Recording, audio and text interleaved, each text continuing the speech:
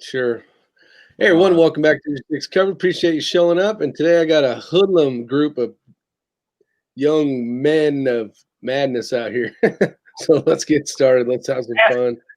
We got a lot of shit going on. Maybe you guys can maybe let's do this. Let's do a little voice here. So how do I somebody talk? Let's see if we can figure out who this magic person is. Somebody, anybody. Listen, seriously, I just want to be here and I just want to tell everybody how much fun this is I have hanging out with the menses of YouTube. Y'all just give it 2 steps around a circle and a one up your ass. All right, let's see who that jackalope was. Does anybody know? Damn, 80 seconds. Yep, Joaquin knows right away. You're the one. All right, let's see. This one's going to be a little bit tougher, but the one wearing a yellow shirt, because I can't give it away. Let's see if they recognize this voice. And he's shaking his head. No. Oh, my goodness. You are not playing today. This one's going to be tough. You know what? We're done with this. Unless you want to try, red shirt right next to me. Talking to you, fool. Florida. Go ahead. What's up? What's up? That's dealing not with some second airborne shenanigans in here. Airborne shenanigans. All right, let's start this madness. You guys are out of control. All right, so we have the famous Richard Hedges. You guys see him out there in the side chat as well. Better known as Dick. We got X-Ring out there. His rifle's going to be doing today, and we got Andrew as well as KB32, whatever that means. I think it's that. What do you always call that name, KB? The who? What do you always call that KB32? You always said it sounded like something else.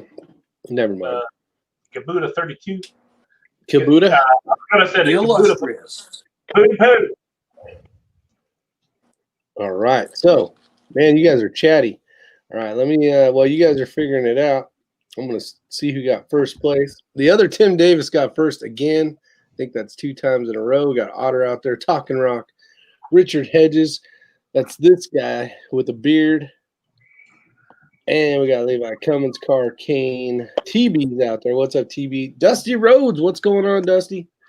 Talking Rock. Let's see. Levi Cummins. Remember Dusty Rhodes? Let me tell you something. It sounds like this. Dusty Rhodes. Thomas Rollins out there. How you doing? And the Shaggy Rifleman, DW. Who else? Texas Bullets out there. Almost done, I think. Let's see. Jared Parker. What's up, Jerry? DW and Elmo. Hell, Elmo's even out there. I don't know, Elmo. We'll have to see about that whole assassination thing. Let's see. Make sure I got everybody before we get going here. RTT Guns and Gear. Matt's out there. What's up, Matt? And Jack Nava, and wow, that's cool. And I think Robert Warren's out there. There's Elmo. Net Flutter's out there. And Scott Hoffman. Jackson's out there. Charles Tiffany. I always do that. Sorry. Eric's out there. And Plus 5's out there. All right. So KB's going to cut his hair tonight live on the chat. No, I am not, dude. I'm actually committed to growing it out. Oh shit! Hold on. I'm going to grow it out long, like long. Okay. Ray is going to wish he had a plume of hair like I am getting ready to have. This thing's going to be amazing. Right now, you look like a rooster. I'm just saying. Let me give everybody a close up. Let me give a close up of what a rooster look like. Hey, man.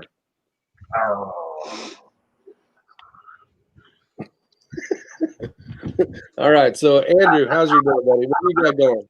Tell me what's going on around here. Elmo has escaped it. He has not escaped DB. As soon as I show up, he's the goner, I think. We need to talk to Frank, though, to see if we can blow his ass up at 700 yards. Where's my beer? All right, Dick. So you've been shooting this PRS stuff for a little bit. How are you liking it? What are you liking and not liking, and what have you changed and all that good stuff? So somebody's got their mic on. It's a very challenging game. So for someone that's shot a lot growing up, and for the short time I've been alive, according to KB32, it challenges your mental, and it makes you focus on fundamentals and keep it simple, stupid. The more complex and you chase the rabbit, the worse you're going to be. Got it. So tell me more. Tell me more. What's some of the things that you worked on? What are you running? Are you running different bags? What do you got going? I know you know what basically we're running. Are you running anything else that you think would be beneficial that we should look into? There's a bag. Unfortunately, I don't have it. My buddy, we kind of split the cost, and I'll get half the equipment. He gets the other half. So,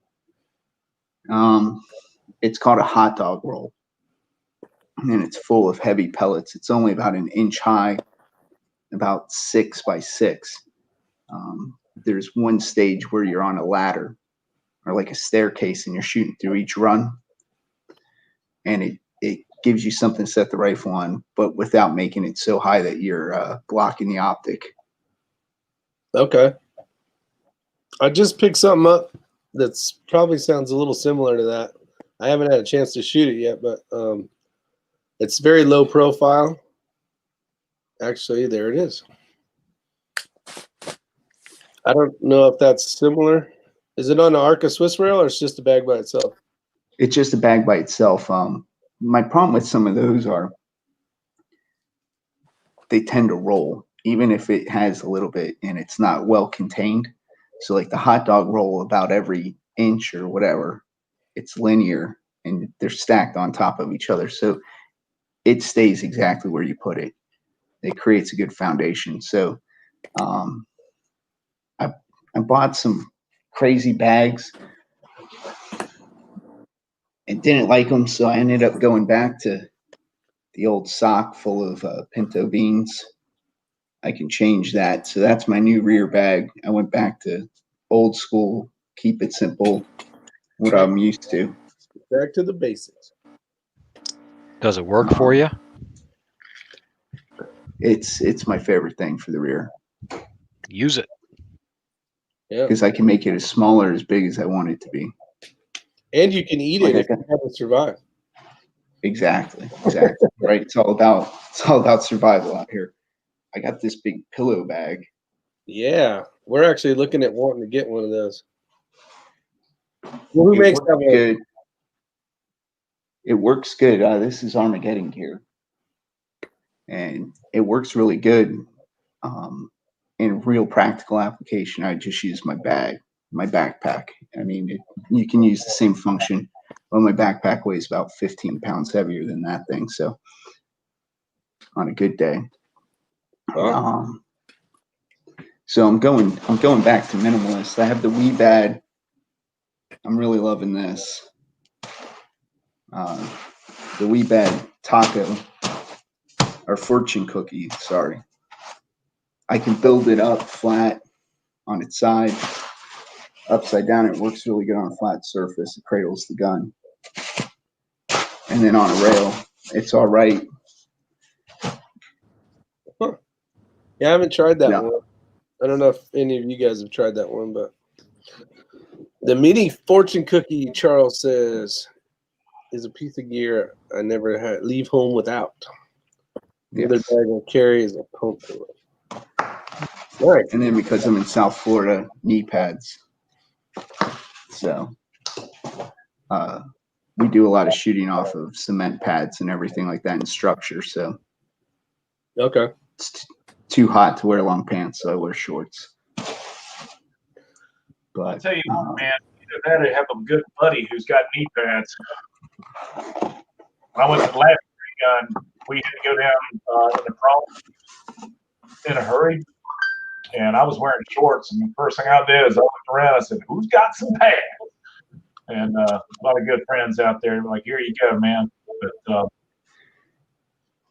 I always look as when it comes to bags, and we were talking about this the other night, and I look at what's logical. That bag that Ray held up, that slides on the Arca rail with the band underneath it from 419. I looked at that and I was just like, for me, I was thinking that that's going to allow, like you just said, it's like a hot dog roll. It's going to allow for too much of this. Yeah, it's a great concept and I like it, but it was just going to allow for that. So went with the Coltac, the frame. As a matter of fact, this young guy, the large plate. Yeah, there was a kid out there today who had to explain to me how cool PRS was, and I was like, okay. Anyway, he had that thing, and I was like, just let me see the Kilo 3000. Go away. Let me look at the Kilo 3000, man. That's what I want to look at. But it's all about logic. If you've got a small bag that's the size of the rail, you don't need that. You know what I mean? But something that's a little bit bigger is going to give you some stabilization left and right, front and aft.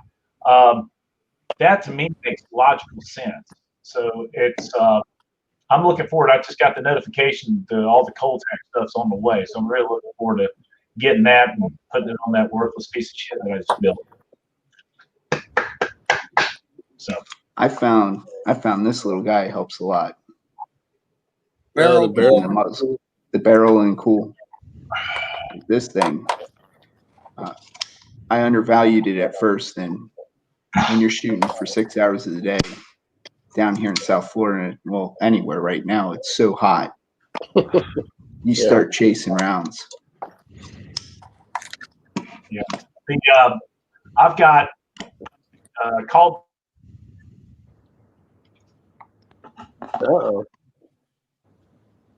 Was that me, or did you guys hear me say? I was like, what the hell are you doing, dude? I'm not even trying to be an asshole yet. So anyway, I'm not doing anything. I'm not doing anything. So I've got the Caldwell. It fits up into the mag well of an AR, and it does a real good job. It holds the battery charge forever, but they don't make it anymore.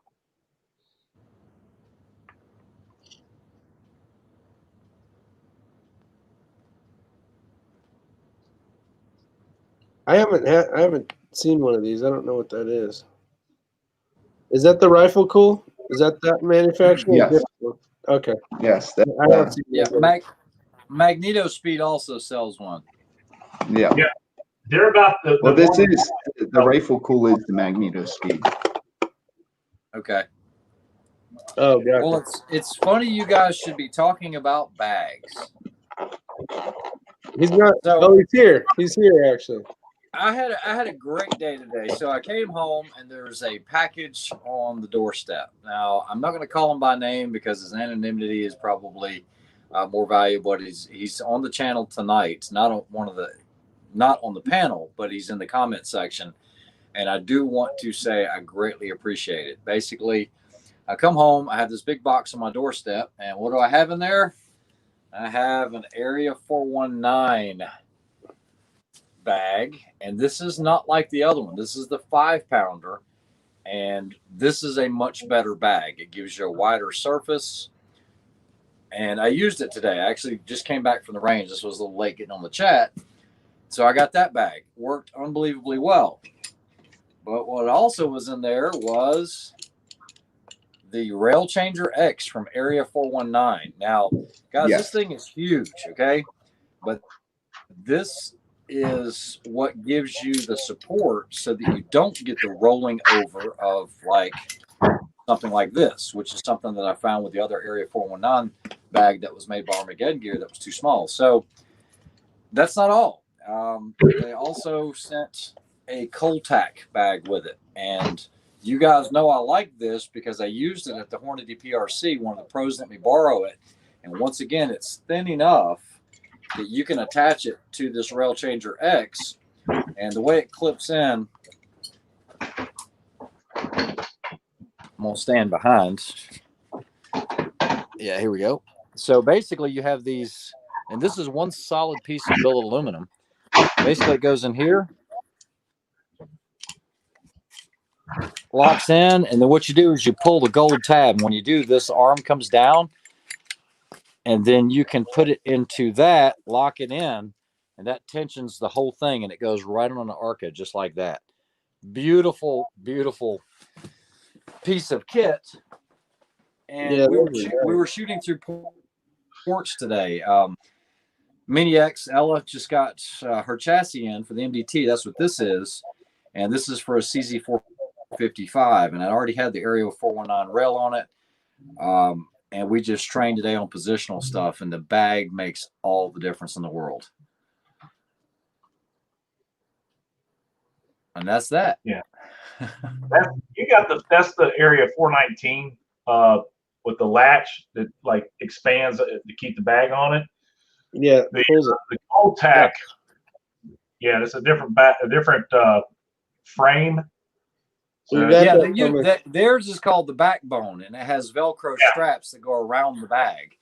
I actually have those coming, but they are back ordered because of the clamps from Area 419.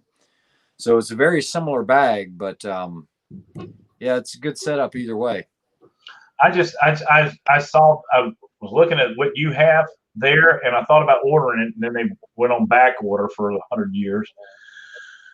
Yeah. So that's why I went with the other one. But you know, anything that you got to put the rifle on a ledge and it's maintaining left to right stability is worth its weight in gold. Yeah, absolutely. This is the cooler that I have for the AR platform. And what this is like a magazine, so it fits up into the receiver, and then it blows a stream of air. And then you've got this little switch on here. And it's cool. You got the neon lighting. Dun, dun, dun, dun, dun. It's like a Mercedes, huh? Yeah. Do they make those for bolt guns?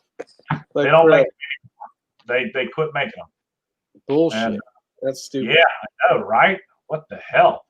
But no, they I went online. I bought that thing on it was like $36, man. It was a great buy. But if you're testing rifle barrels and you're monitoring temperatures and things like that, it's just amazing, especially if it's 95 degrees outside, how quickly it will bring that barrel down below a sub 100 degree temperature. It works very fast. Oh, Dick answered that question. Sniper Hunter, $8,000. Let's see. What's up, Bill? Bill's the newest. Bill Shadrick. Met him down in Florida. He's a sugar daddy. He's a sugar daddy gangster in the Patron. It's rechargeable. It's got its own proprietary charging cable right there. So when you buy it, it charges up. There's no batteries. It takes but I literally charged it once, and I don't think I've charged it more than that in a year. Man, I wish they made those for bolt guns. They do. They do. The cool magneto speed. No, I want one that comes through the mag, though. It looks like it got a bigger fan. You can actually modify the one that KB has with tubing and put it in a bolt gun. I've seen that done before, and then put that straight into the chamber. Yeah. Nice. So we got a question out there for a lot of this thing because it does blow with a lot of force. So imagine some of the things you can do with some rubber tubing. I mean, I'm just throwing some ideas out there. Ray brought it up. So blows with a lot of force, rubber tubing. What are you doing, KB? Hey, man, you never know where you're going with me, right? So, you never know what KB's going to say. That's why I like him on here. That's it, man. It's like a hand grenade that could just go off at any second. Anybody got any thoughts on the Lee Call It Die? The Lee Call It Die is the best die in the world.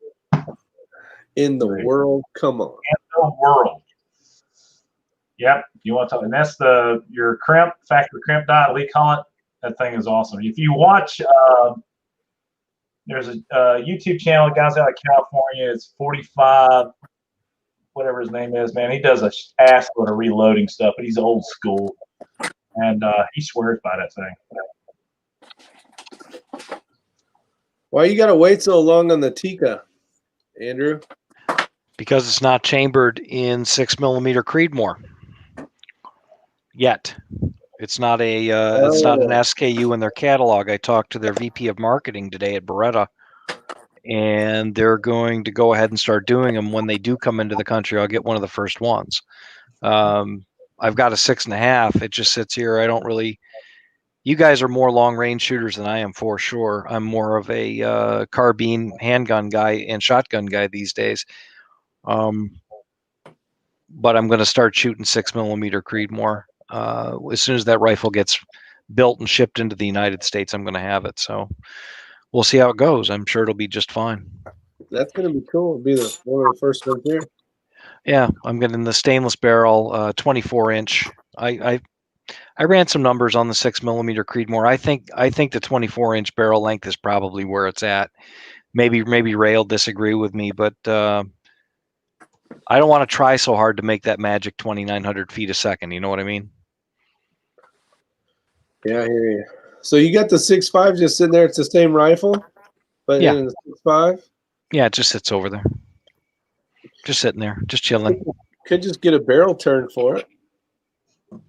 No, I like the gun. Shoots great. Sub-minute gun. Why do I want to do anything to it? I'll just get another one. I get employee pricing anyway, so it's not that big a deal. That's cool. Yeah. So we'll see when it gets here. I'll let you know. That'd be awesome. Coda Boy, are you coming up for that 2-gun thing? No, man. I'm booked up. I got Carolina 3-gun on September 5th, and then I'm from there on. I'm training with nothing but you and me. I expect wholeheartedly you'll be able to sit on my lap as I'm looking through the binos and I'm calling your shots. What are you talking about? Twiskle disky your nipples, and you'll be able to just know I'm if booting I'm you out of here. right. No, KB's going out of control. yeah, I'm shooting. I'm just shooting a 3-gun on September 5th, and after that, I'm concentrating on nothing but getting all my crap ready for that snipers. I mean, talking with Ray, and this is the whole deal, dude. I go all in, and it's just going to be total concentration on that up until, and I'll stress out. And it's just like Rob said, here you go. You're developing a whole new platform just for a competition right before the competition, and you don't need to do that. And I am what I am. So. Yeah. What the hell? Oh, my boarding position is A-17. My airplane tomorrow. I don't know why it went off. Though. You're not sitting up first class yet? There is no such thing as first class on Southwest. Jeez, man. We the people in the back. I flew back and forth from Chicago for 3 years, dude. After 8 months, I did nothing but first class. Of course, that's back on the good old days when U.S. Air was U.S. Air. So Ramsey Country said Lee Dye is the best in the world with 2 thumbs down. I gotta. It's almost like it was a joke or something. Yeah, Ramsey, I've got. Let's see. I got Lee Dye's, RCVS, Hornady. What's that? Here you go. That's even better. Blue stuff. The big one. The piece of shit that I keep breaking. What's it called, Ray? It's called the Dillon 650. Yeah. I mean, and then I got the. I also broke a lineman turret press. Yeah, I love KB and all, but don't go by any of his reloading ideas at all. Period. Whatever you heard tonight, don't listen. Just say it. Don't do it. I'm like, yeah. He's not the guy I call for reloading advice. Let me tell you, I call somebody else. If it hangs up, just push it harder, right, KB? Yes, he does. Yes, Yep. he does. Monkey boy just keeps on pulling that handle. They're screaming, no! I was like, oh my God, man. I actually bent the press arm on that damn villain. Like, fuck it, man. How hard is it to proceed a damn primer? It's bullshit. Looks like Bald and Curious put out a challenge. I told him, I said, I got a 28-second record run to the bathroom. And then when I'm really thirsty after a long night of active sex, I usually run to the refrigerator for some Gatorade. But that's it. All right. What's up, Dick? Give us some info. Tell us something so KB will stop talking for a minute. Ray, Go ahead. Andrew. You asked for it. I know. I love it. It's all good. Hey, don't pick on Lee Dyes so much. They're decent. They're better than decent. I love Lee Dyes. I absolutely love Lee Dyes. I mean, you shouldn't break on them. I mean, they make really innovative little tools. That factory crimp die, I've been a proponent of that thing for 25 years. That'll save a lot of problems if you're loading for ARs. It's just a fantastic tool. That's I'm going to show you a fantastic tool. Yeah. You guys see that broken pin right there? That's not a Lee, though, is it? This is a Lee. Thank you, Mr. Rick. So Yes, this it is is. like the only 223 I couldn't actively use improved die in the country, okay? And who broke it? At the time. I wasn't there. Rick does one of those KB32s, Oh. snaps the pin on it, right? Man. So I'm like, that's okay. We'll just replace the pin. No, you can't do that on a Lee. Nope. Yeah, you can. Yeah, you can. No, Oh my you God! can't. I got 5 pins sitting right in front of my turf press because it happened. Not for On that this one, you won't. This is one solid piece. Yeah. But hold it back up. Hold the other side up. No, the other side. Yeah, see, that's new. No, you can unscrew that thing right there, and you push a new pin right in it. No. Yeah. No, We that's No, a machine piece of steel. The whole expander ball and pin, yes. But the pin, no. The pin is all one piece with the expander The ball. one I have, all you got to do is you unscrew that thing, you put a new pin in, you're done. So a lady thought she was going to be really nice to me, and she handed me. She goes, "Would you like this brass that I've collected over the years?" And I was like, "Sure." So I had a big bucket of brass in the back of my car. I dumped her brass in there, and it was all 22 long rifles. Oh, crap. Been there, done that. How long did it take you to sort? You didn't even look. That's not the point. He got them stuck on the decapper and the expander. I'm still picking it out of 40 and 9mm. Ask me how I know. Yeah. How do you know? Happened to him. When you start going, you're depriming, and you're like, and it goes, oh, you're like, oh, hell no. And you pick it up and you look underneath there. Yeah, you little bastard. All right. Conservative Sniper wants to know, Dick, can you tell us what rifles he's using at the moment?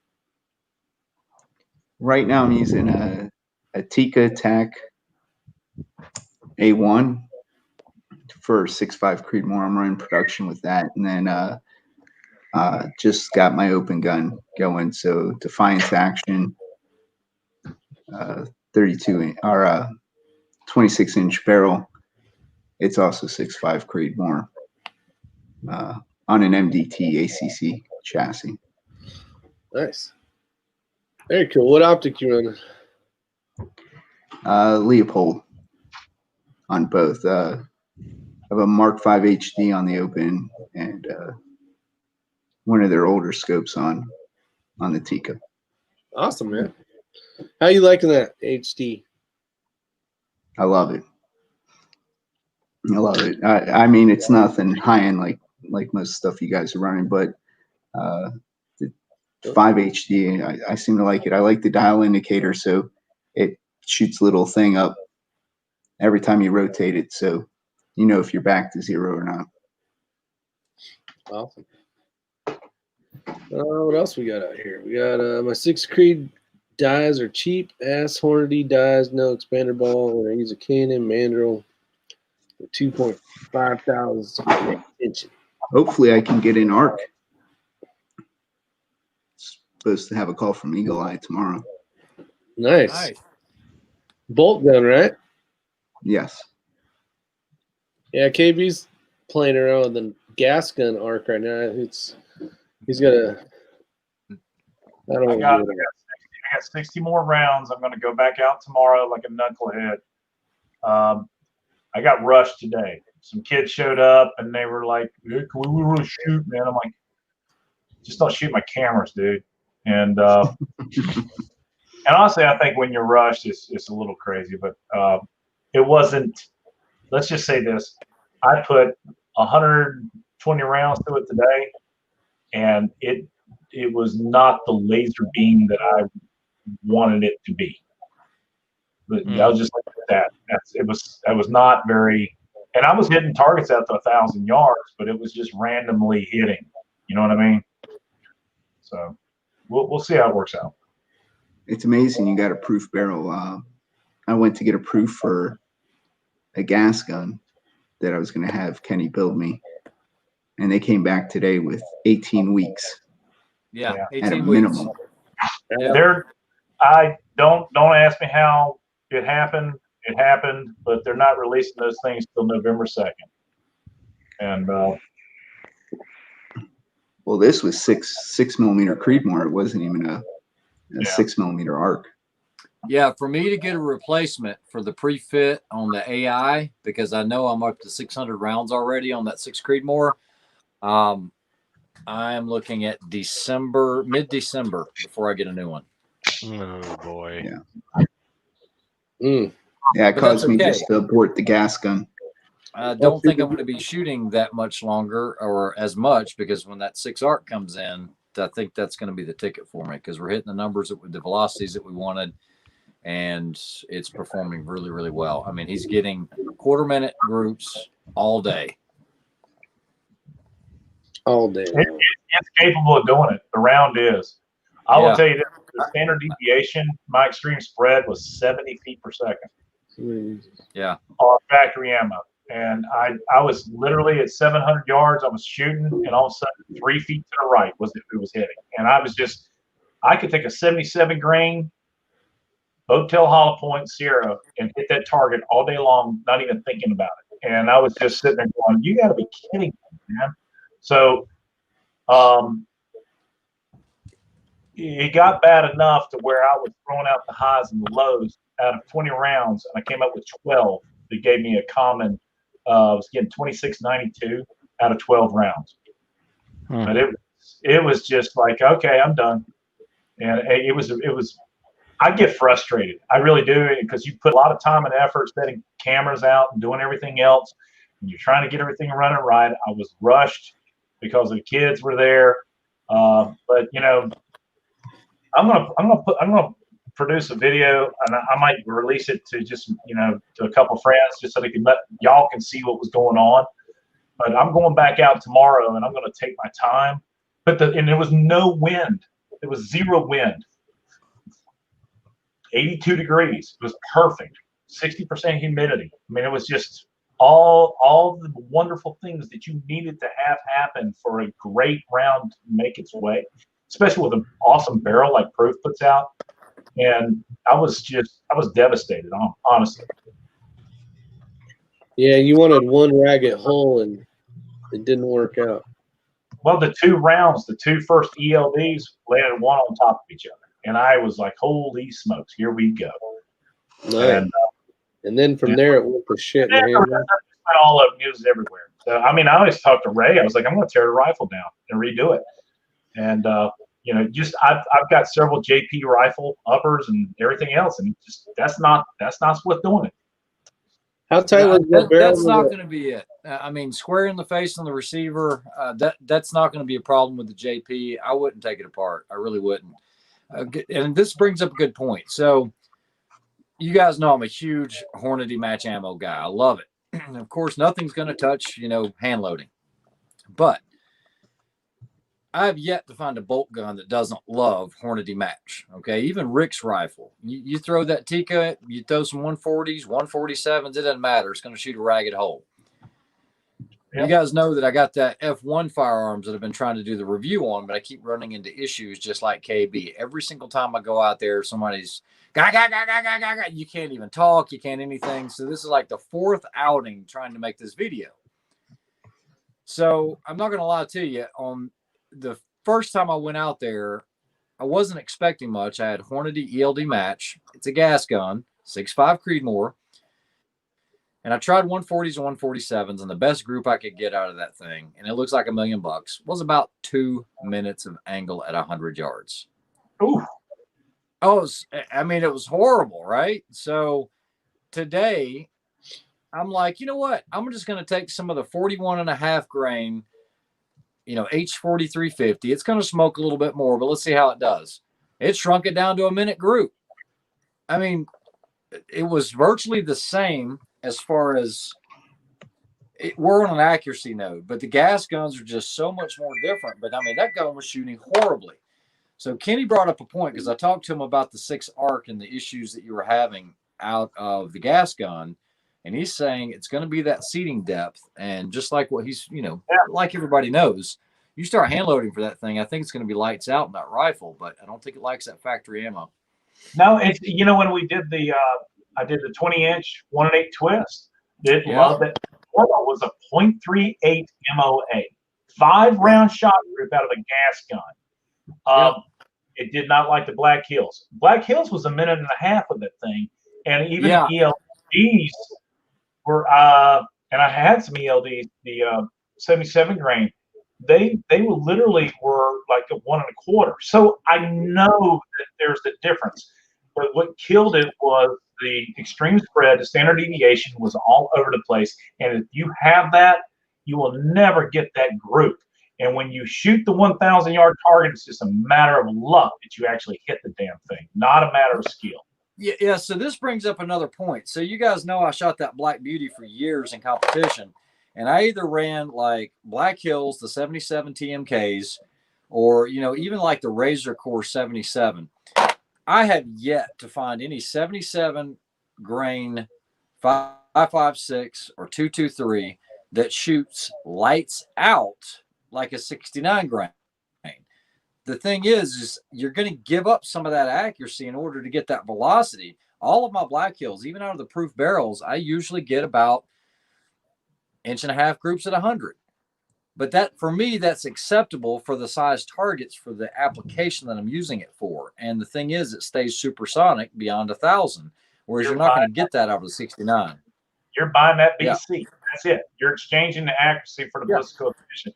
The predictability. That's exactly right. Even your MagTech. When you gave me some of that MagTech ammo, that Sniper 77 grain, Sniper.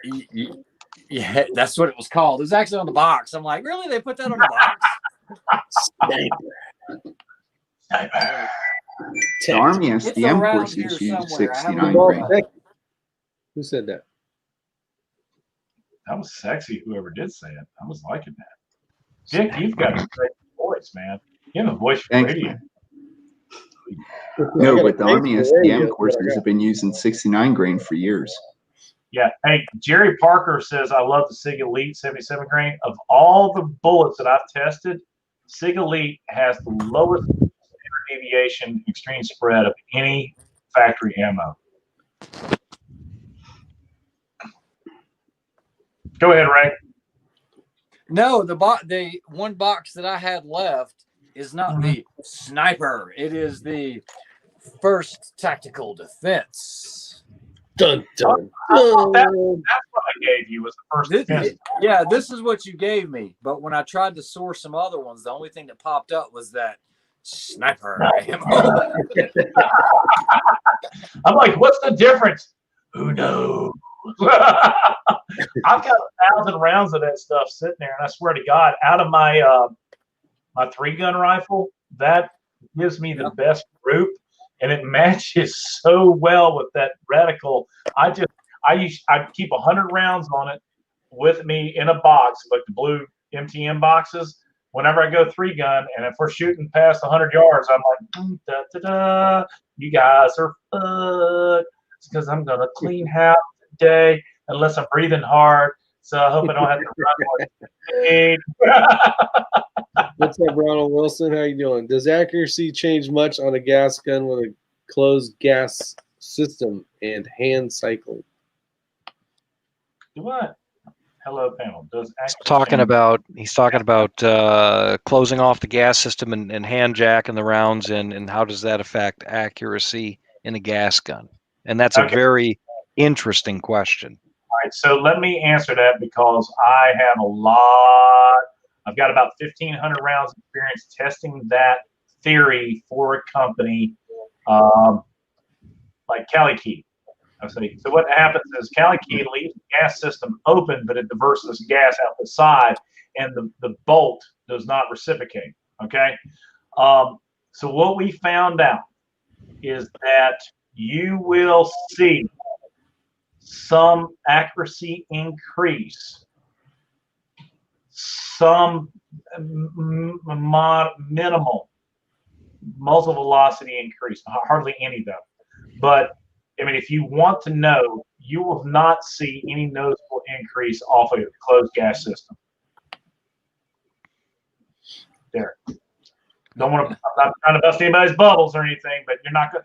It's all about the 12 inches behind the scope is the most important thing to accuracy on a rifle. Period. You're not. I don't give a shit what you do, man. People always want to find the bigger, better deal, man. But it's the guy shooting the weapon, the guy with the booger picker right here. That is going to be. If you learn how to pull that trigger and position it left, right, up, and down, you will be a lot better shooter in 20 minutes just by watching and looking and learning. Right, Ray? That's correct. Well said. Yeah. Still an interesting question. If you get a ghillie suit, though, you'll be. All right, so here's the whole thing. My whole deal is if you show up at the range and you got all the cool shit, sometimes it's better to look good than it is to shoot good. But if you look like you know what the hell you're doing, man, it's half the battle. I'm gonna start calling you Ricky Bobby. Spoken like a true airborne. Put your shiny boots on. Damn, airborne. That's funny. You guys are killing me. But that really is an interesting question, though. You got to do that.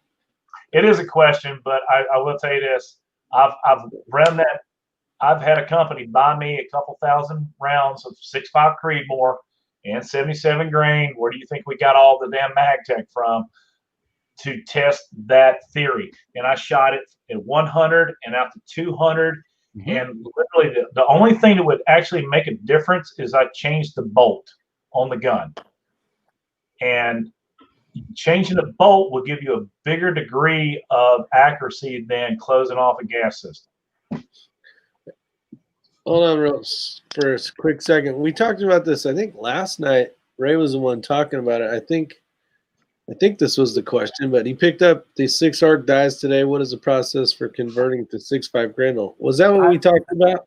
Yep, and I talked to Kenny. Kenny said you just take 6.5 Grendel brass, put it in your die, and it will make it into 6 arc. Now, I'll be honest. Hey, so I was looking at all that today, and I actually have a piece of 6.5 Grendel brass and 6.5 arc brass, and it looks like the shoulders are a little different as well as the neck.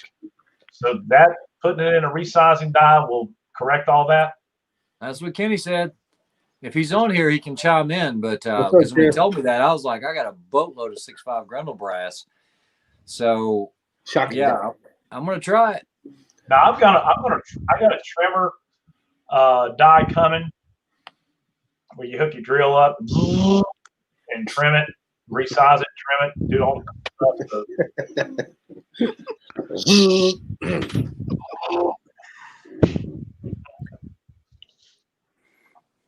What's up, Chris? That's what you need.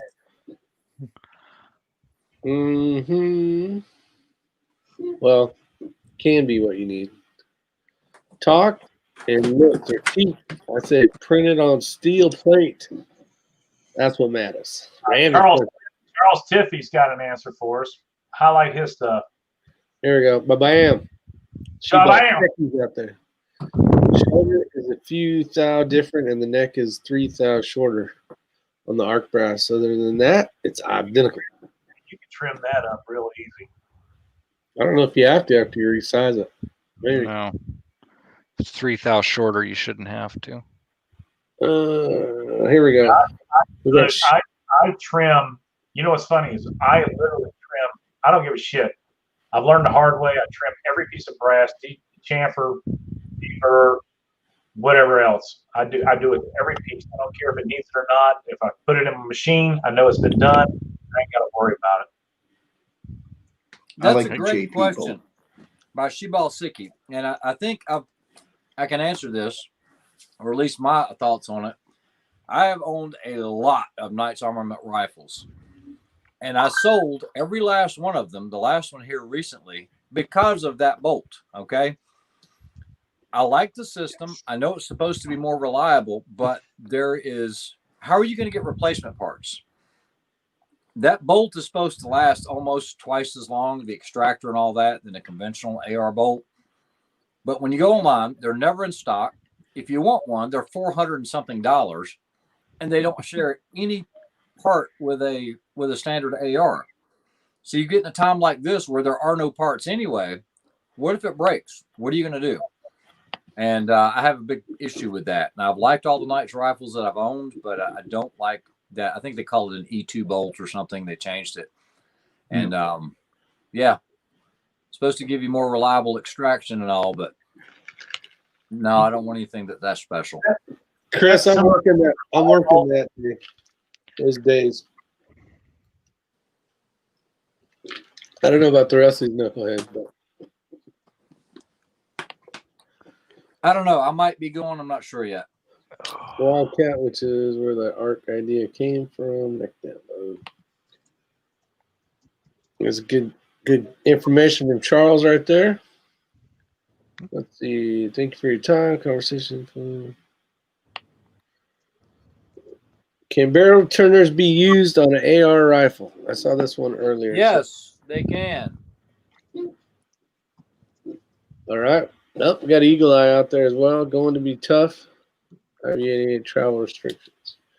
Travel restrictions, shit. Airplanes are working right now, my friend. Unfortunately, I'll be on one tomorrow all damn day. But if I counted correctly, December 23rd, actually the 22nd is my last day. I'll be retiring. It's like I have 32 working days left. So congratulations. Congrats. I'm excited about that. Just use 10 shears. Yeah. Let's see. Mm. How do you know if you've trimmed more off the casing and can't use it? Well, you got to use calipers or.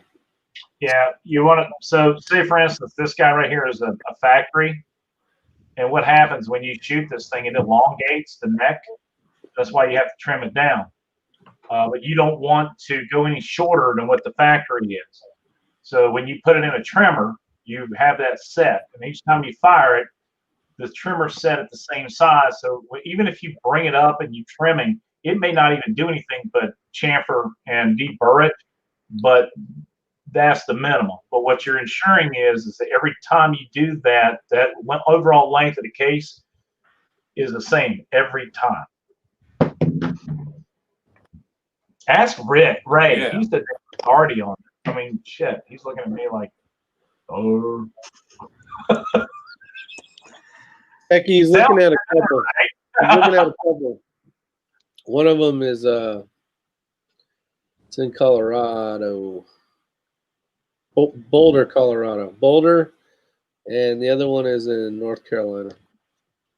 Western Carolina's just right. App State's a good one. I mean, He's looking at Western. I think it's Western in North Carolina. Yeah. Well, what hey, in-state tuition. Holy shit, man. He's gonna be a school. What's he gonna do with his life? I don't know. Sell crack and shoot guns. I don't know. Hell Same yeah, thing his dad wants to do when he grows up. I want to sell crack and shoot guns. Cletus. I did. Plan is just to shoot, have fun. +5, that's a good one. Where's +5? There's +5. What is the best possible accuracy?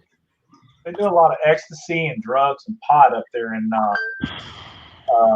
App State, so that's probably a good place for him to go.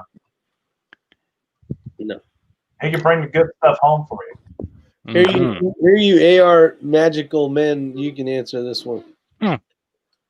So +5, if you get the right rifle, right combination of bullet and everything else, and I actually have one. Rick has shot it. I have a rifle that will shoot 69 grain out of an AR-15 and at 100 yards all day long, .25s to .3s all day. Even Rick did it. He was like, holy crap. What the hell you mean even Rick did it? What the hell? No. Hey, that was hashtag you're Rick. That was interpreted. Sounds like the dummy test bed. Even Rick did it. I'm just saying it's not my word for it. I'm just saying I have a witness that he shot the rifle and he was like, holy crap. Where's the eject button on this damn computer? You know what? Go ahead. Refer to my novice over here. See what I got to deal with, Dick? I got .38 out of that Norma with the a couple weeks ago. That's hate speech. That's a 5-round shot, .38.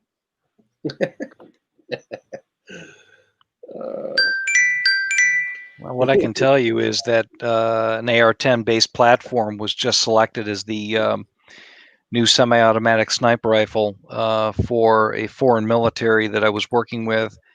And this particular platform from the company, they're somewhere in Tennessee, shall remain nameless. It was an eye-opening experience to watch the results of the testing.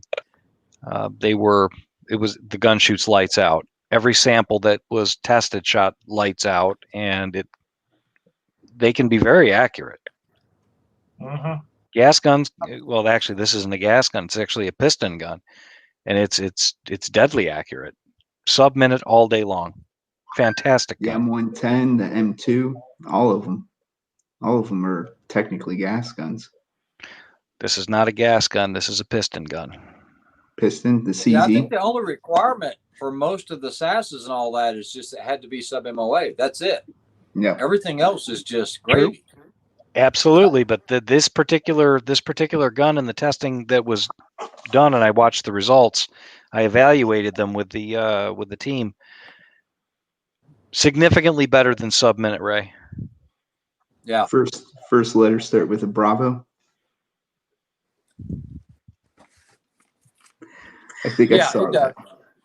Moving on. Think of how many other gun manufacturers are in the TN state.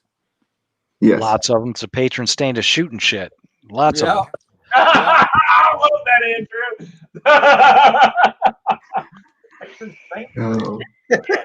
Oh my God! You just weren't holding X-Ring's hand when you said that. Yeah, you're my best friend. I love you, dude. We got a man crush. Oh boy. I think Mike STI asked what barrel, what brand. It is a JP CTR with a JP Supermatch barrel. I haven't always seen that type of accuracy out of the JPs, and I've been shooting JPs for a while, but this is one of those Wednesday guns, but it loves that setup.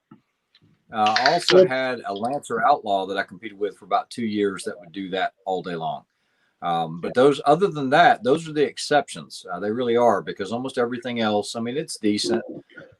Some will shoot about sub-MOA, but these are equivalent to bolt guns when it comes to their accuracy and rate of fire.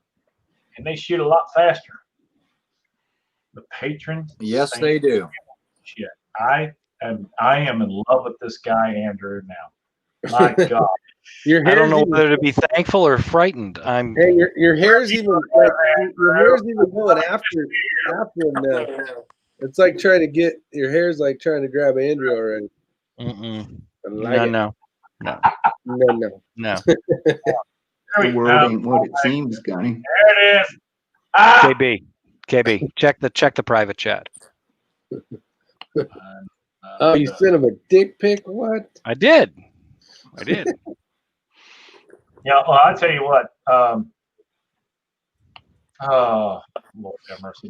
DW, that's why I'm at the lower chair, because I can go like this. I never have to get up in front of the camera. Exactly. I got a 6.5 Creedmoor. I call it Creedzilla. It's sub MOA. It's a pretty nice little rifle. What I love is letting people in notoriety take it and shoot it, and then All right, hand it Dick, back. you're in charge of the chat. Do what? What's he doing? Where's he going? He said he's leaving you in charge of the chat. Hey Ray, for your edification, remember what we were talking about before with the other bolt platform that we were working with that country? Yes, sir. And they're still performing outstandingly well. They're still taking deliveries on those. A lot of them, actually.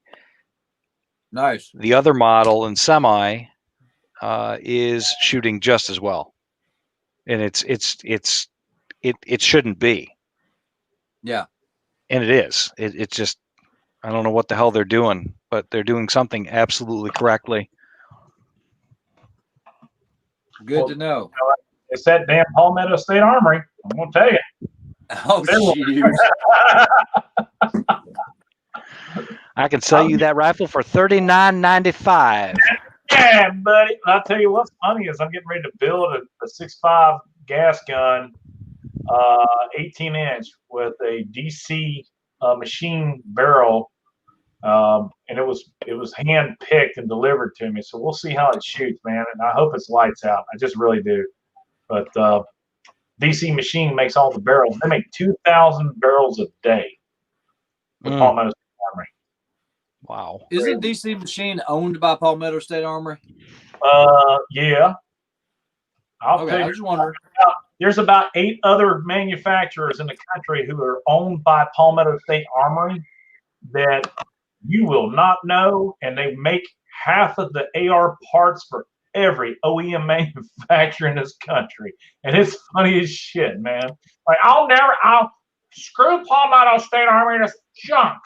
Like, okay, DCM. So I've not shot one of those that's worth a shit. But in the defense, to clarify this though, yeah, they weren't started by PSA. These were companies that were bought by PSA. and what it is that so PSA, in an effort to try to fund the poor man's AR, it was better off for them to just buy the company instead of buying it from them, and they literally have their business plan was just it's the Walmart of guns, and they literally made enough money that they were able to buy everybody in the country. And if half the manufacturers out there who make parts, OEM manufactured parts, are now owned by PSA. I'm just gonna leave it at that. Listen, I've ordered parts from them. I've ordered kits from them. I've ordered all sorts of stuff from PSA, and I got to be honest with you, I've never had a complaint about anything that I've bought or installed or worked with. It's fun to break on them, but I got news for you. Their stuff works, and it's not going to break the bank. So you know what? Well, I mean, there's another company called White Label. It's DRG or DR Guns out of Illinois, and they make all of the OEM manufacturer factory parts for a lot of the other manufacturers, including Big Daddy Unlimited. Hmm. So all the guys you see down there, all their stuff. Well, there you go. Wow, that was a beautiful. And now a moment from our We have sponsor. a banner playing.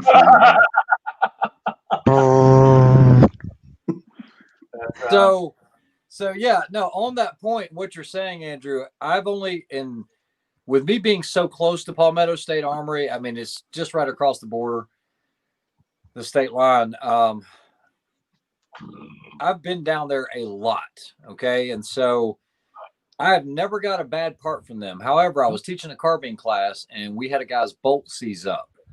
Mhm. And when I say seized up, the bolt carrier was reamed too large for the bolt. So what it did was it folded the gas rings around the bolt, and you couldn't do anything to get this thing apart. Now, it was a 3-day carbine class. It was a 3-day carbine class that I was teaching. This happened on the first day. I gave them one of the spare rifles. I called PSA. They were like, bring that bolt carrier down here. We'd like to see it. I brought it down to them. They looked at it. They said, we're going to go ahead and give you a brand new one and another one that's boron just to make you happy. And we appreciate it. Things happen. And you got to understand that. Anything man-made, it's going to happen. So I can't say anything bad about it. It was like this bag. You know, before all this crap happened, all I bought, now, John, control yourself. Nothing but springs and parts. And, you know, I know he's a big AR builder. So am I. Just don't do them on the channel. But I mean, literally, hundreds and hundreds of springs, detents, you name it, because you might need it and it's cheap. Yeah. Goddamn right. Yeah. There's Hey, nothing worse than a 50-cent part ruining your whole day. Exactly. So Ray just said he bought something that was cheap. Yeah. All the time. I'm frugal. I just got done emailing. Okay, so one of my problems may be because today, and this will make you laugh. JP was late getting me the carrier and the bolt out for this rifle build. So I took the low mass operating system bolt carrier out of the Elite and I put a Palmetto State Armory 6.5 Grendel bolt in it.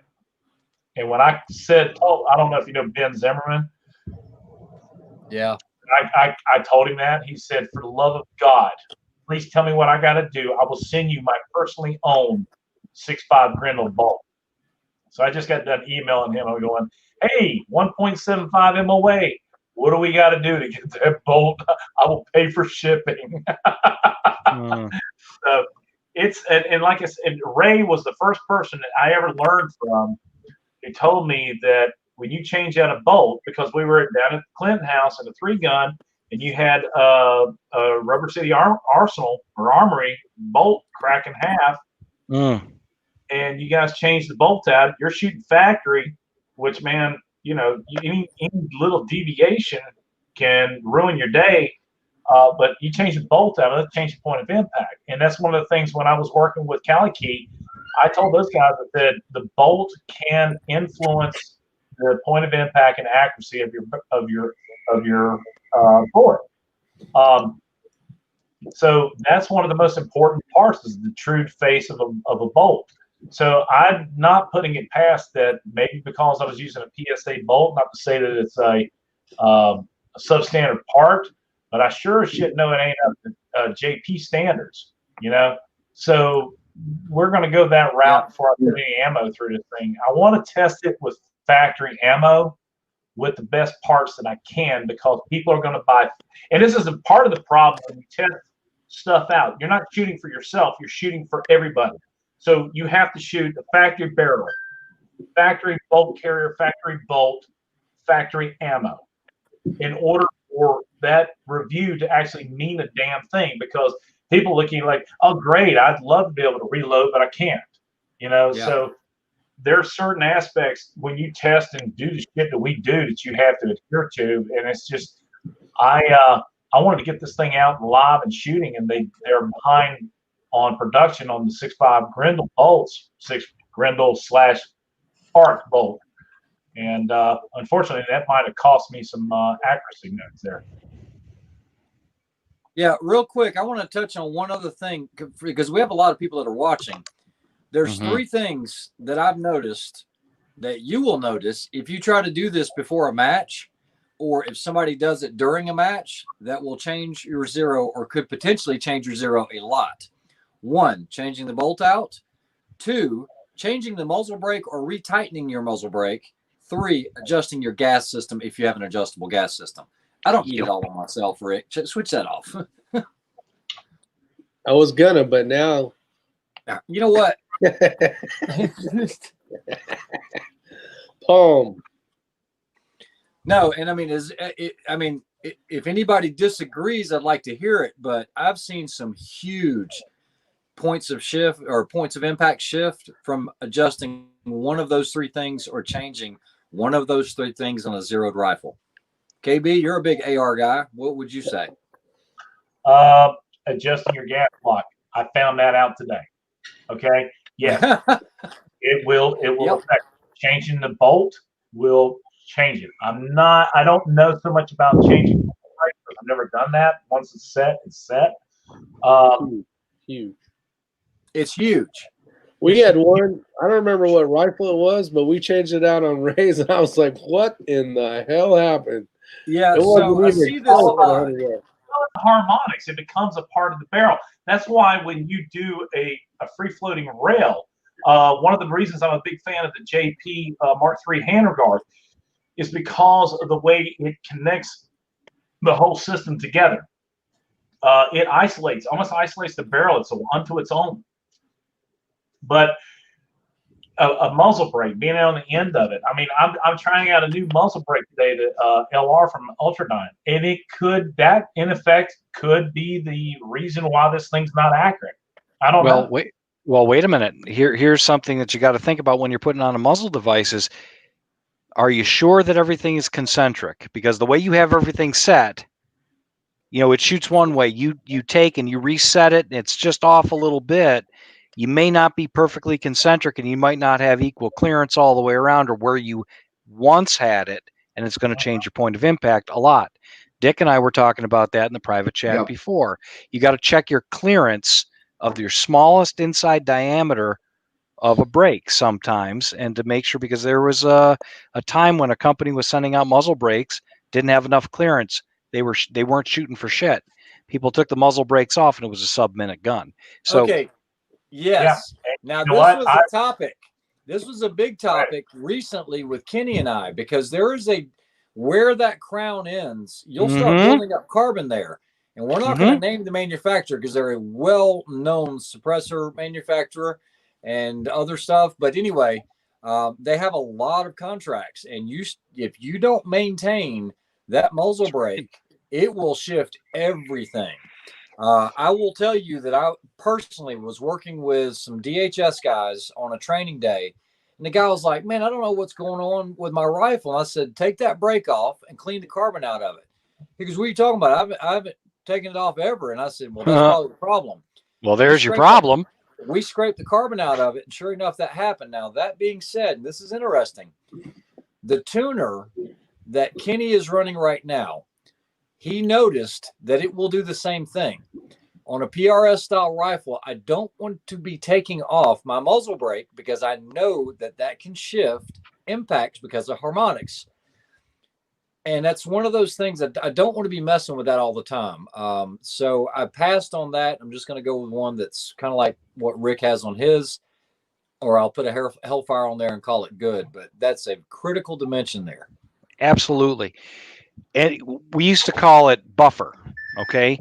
When you get the bullet passing past a solid wall and it's not concentric, when it's concentric, it buffers itself along the way.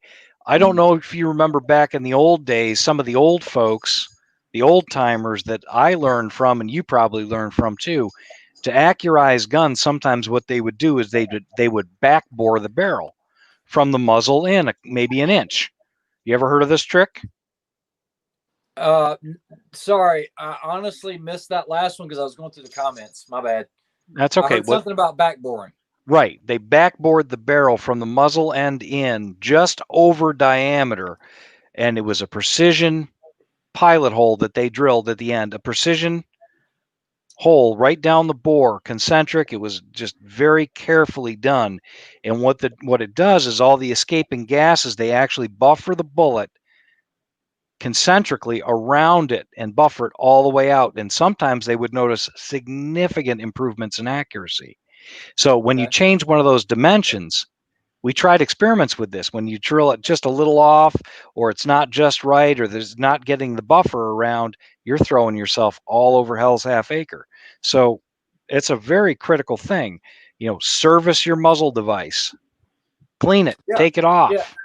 And not even only that is if you're running into a new situation, like me, I'm running into a situation where I'm trying to shoot something new, change it out because the muzzle device that I'm using is heavier, longer, and wider, and it's made for a 6.5 Creedmoor, which I might even elect just to go ahead and take it off and shoot without it, just to see what the differences are.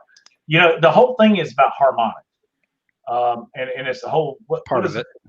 Kenny is running that thing. The Harold's tuner brake. Yep. Tuner, Right. And that Mario, get off my hair.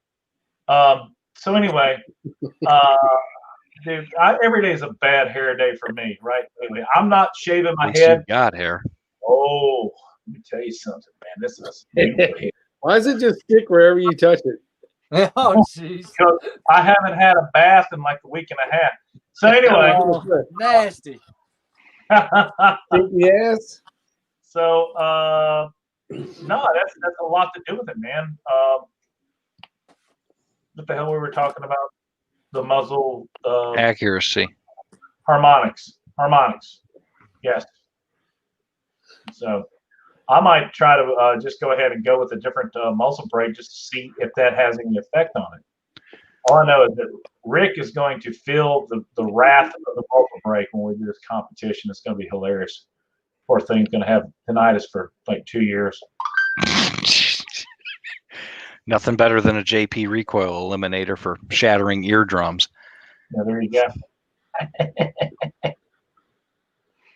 I suggest Nobisky pig. Can't wait. There was another really good question earlier, and maybe Mr. Hedges can chime in on this because I haven't seen it. After the 6.5 Creedmoor was the number one most popular round in PRS, that kind of got overtaken by 6 Creedmoor. There was a rifle cartridge that came in between there that was the 6.5 PRC, and I know all about it. Yeah. It's a Magnum cartridge, it's non-belted, but nobody shoots it. I mean, and then you got the 300 PRC. Are those just for extreme long range applications? I mean, you're still shooting the same bullet out of the 6.5 PRC. It's a 147. What I'm finding is they couldn't make it meet the muzzle velocity standards, so they were consistently getting over the 3,200 feet per second. Okay. So when in PRS they kind of left that. I know some bench shooters have moved to it. Yeah. Okay. That's the little There was bit I another know. I question haven't I was really gonna messed with ask. that round much. Oh, I remember. There was a comment somebody put on there about the price cap. They upped the price cap on production division. I believe the rifle can be 2,500 and the optic has to be 2,000. They also commented it had to be just like it came from the factory, and that's incorrect. That doesn't include accessories. Accessories are allowed. No. At the Hornady PRC match, which followed the PRS rules, those were their rules for it. So Yeah, because you can. Yeah, no, you can even replace the barrel. yeah. In production. But I just wanted to correct that because there was a lot of in that was wrong, and I just wanted to clarify it. It's actually why Rick took his Vortex off and shot with the Primary Arms Platinum, is so he could do production. So I can do production. Yeah. That's why I'm shooting an older Leopold that's under 2,000 on my Tika to meet production. Now, are they ever questioning you on any of that? Because when I shot that match, they didn't say one damn word. Of course, they probably looked at me and said, "Oh, he ain't gonna hit shit anyway." And they were right. They were right. According to X-Ring, they were dead on. All right. One other thing. So this is coming up quite a bit in the comments. So guys, back in the day, scopes were, I think, a lot more fragile. I think tube diameters have gotten a lot thicker. As not diameters, but tube thickness, wall thickness has gotten thicker. Had to have, because now, back in the day, you could have a bent tube, no problem. But now, I mean, guys, and this is not a real gun, this airsoft. I mean, guys are picking up 21-pound rifles. I do it all the time, snatching it like that. And you got all this weight hanging off of it. I'm not saying it's the best thing, but you're going to have ROs that are going to pick up your rifle like that. If you clear a stage or something, that's just commonplace. I think with the better scopes, it's not an issue. I remember seeing someone do that for the first time, and I was like, oh, that's Yeah. Yeah. And I'm not I saying watched do it one with get a picked up and cheap dropped like that. Yeah. flip it upside down and then drop it. Bam! Yeah, they use it as a No, hand. someone was adjusting the eye relief. There you go. That'll fix things. Hola, Mr. Kenny. What's up, Kenny? Glad you showed up. Yeah, thanks for the fucking invite. We're actually out here finding the lighting store. Nice. Ramsey's Country says, don't pick your rifle up by the scope, please. Probably not bad advice. Yeah. It's definitely, I don't recommend it, but you do see it a lot. True. Tuesday night 6-pack. That's right. We've never had 6 people in here before, I don't think. This is good stuff. Those beefy one-piece scope mounts. Makes a huge difference. It's hard not to do sometimes. I grew up in the world, in the Army. I mean, we threw our stuff, so I'm not used to things being so delicate. Yeah, well, now you got to pay for your own gear, so you'll be a little more careful.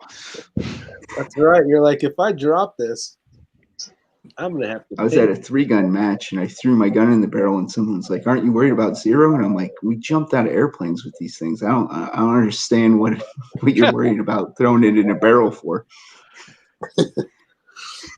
All right, so Ray's an idiot. All right, I learned the hard way. So I got this chassis for this CZ, and it is their super lightweight sniper chassis. No, it's for the CZ 455. Sniper. I put the rail on it, but I didn't buy the back piece back here, okay? Because it says you can just use a carbine. Now I got tons of buffer tubes and everything else. Oh, that's So me. I'm thinking I got one of these PRS stocks, one of these mag pulls. I'll put it on there, get my adjustable height.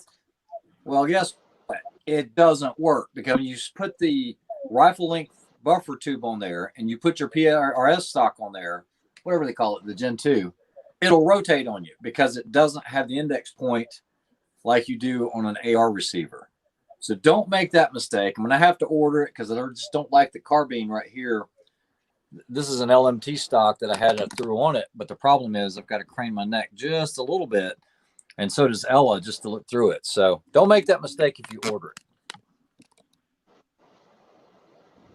So you need more height? Yeah, I've got some really, really low Night Force rings on here. It was the lowest ones I could find, but you still need height, and even if they were lower, you'd still need more height. Just go ahead and order the MDT carbine stock and be done with it. Do it the right way. Don't be a cheap ass. That's right. Hashtag Mike still a dude. 21. Mike 21. There you go. Vortex warranty. Shazam.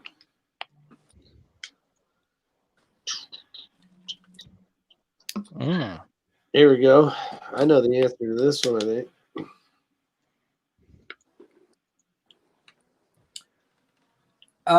Okay, so believe it or not, Shibal Siki, I don't really use adjustable gas blocks or adjustable bolt carrier groups for my normal guns. If it's going to be something that's going to be suppressed, then I run an adjustable bolt carrier group, not gas block. I'm not a big fan of adjustable gas blocks. I'd rather overgas a gun than have one go down on me and turn into a single shot. Yeah, that sucks. What are you shaking your head about, Ray? You agree or disagree? Are you eating and talking with food in your mouth? Absolutely. That's I'm a some redneck shit from that'll the make. South. I'll tell you what. No. I tell you what, man. Anybody ask you for a duty gun, no adjustable anything. Make that Nope. some bitch a carbine gas system.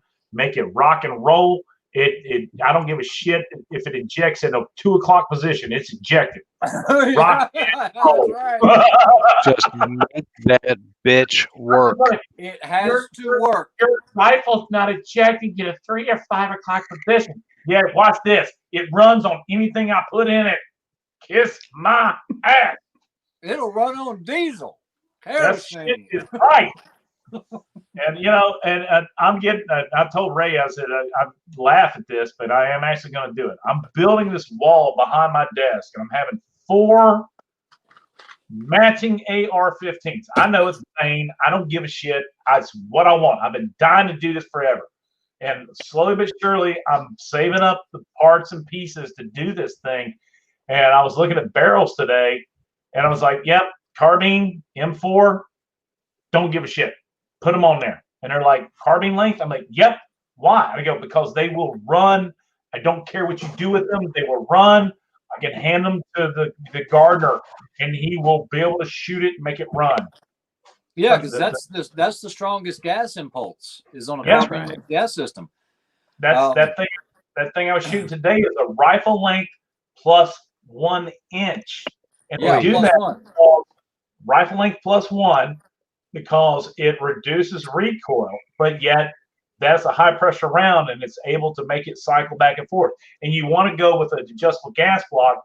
And trust me, at the end, I was like, okay, we're going to break this back about a half of a twist. And sure as shit, when I go shoot the video, guess what happens? The son of a bitch won't cycle. And I'm like, Yeah. all right, back it up. Boom. We're right back to where we need to be. It cycles fine. 3 to 4 o'clock position for the what do you call them things that go out the side of the gun? The empty, Brass. they're brassy in color. Yeah, that. Well, this is an Another interesting. Go ahead, Andrew. This is really an interesting discussion. I mean, we talk a lot about match guns and long range and PRS. It's great stuff. There's a difference between a game gun and a business gun. Okay, a That's game right. gun. If you're on a range in a 3-gun match and the gun doesn't work, you might miss out on a prize table. You might miss out, but you're not going to die if the gun goes down. Yeah. So there's a big difference between playing around with game guns and making a defensive tool that always works or works to the best of its mechanical potential. Yeah, well said. And so there's another saying that I say all the time. Rick's heard it a million times. Don't overthink it. I see guys that try to get into 3-gun and they throw an adjustable gas block on. Then they'll throw like a JP Silent capture spring, order the 25 pack of adjustable spring kits. Now they're chasing the gas on this end, the spring on this end. I'm like, dude, what are you doing? Keep it simple. Hey, turn the light back on. At least you're not locked out.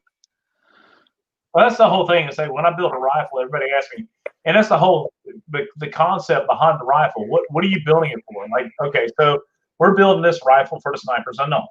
All right, what are the criteria? I want something that's a little compact because we're not shooting out and over fields. We're not shooting out in the woods. This is an urban environment, so I want something that I can maneuver with. 18-inch barrel. I want something. The 6mm arc. Well, that's a pretty cool round. If we can make it work, it's gonna hold together better than it would a 77 grain through high winds if we incur high winds. But it's an encouragement thing. So you go through the concept, you build it, you build the concept, you build the criteria around the concept, and then you build the rifle to meet that criteria. A combat gun. In my vehicle right here, I have an AR platform with a 12.5-inch barrel. People ask me, why do you run a 12.5-inch barrel? Because I'm running 77 grain through that thing. And then people are like, why are you running a 77 grain? Because I know what a 77 grain can do through a 12.5-inch barrel. And that is the reason why I run it. And it's surrounded by barrel, bullet, optic, laser, light flat. And that's it. And other than that, you can surround yourself with a bunch of 55 grain, and people laugh at a 55 grain, but that's the most terrible round. That look, where's that thing at? 55 grain.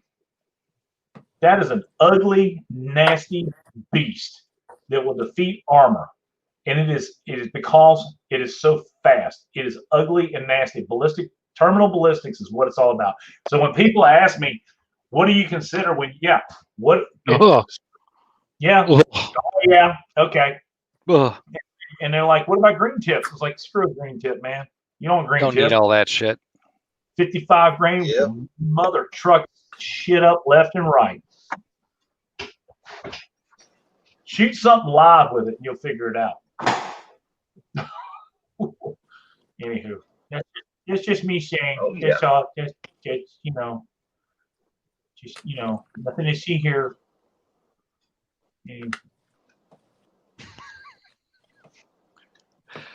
Well, the point of the matter is the damn thing's got to work. You just got to run. It's got to be reliable. It's got to be huge. Which I'm here to tell you. 55 grains huge. It's amazing. You won't regret it. Here, I said it. Well, what does Clint Smith always say? A guy can buy level 2 body armor that's going to defeat everything that you have in your inventory, up to handguns, up to and including a 12 gauge slug, but a 55 grain full metal jacket's going to eat him alive, right? Yeah. So there you go. Just assume anybody you run up against is going to be wearing armor. So that's just the way it goes. Well, the problem is even 55 grain will defeat almost damn near level 4 armor, and that's the people don't understand that. Where's it at? I got my pistol. Especially second or third hit. 80 Andrew, grain. I don't know about level 4 because I haven't tested it, but I've got a lot of level 3 stuff, and it cuts right through it like butter. Oh yeah, 55 grain.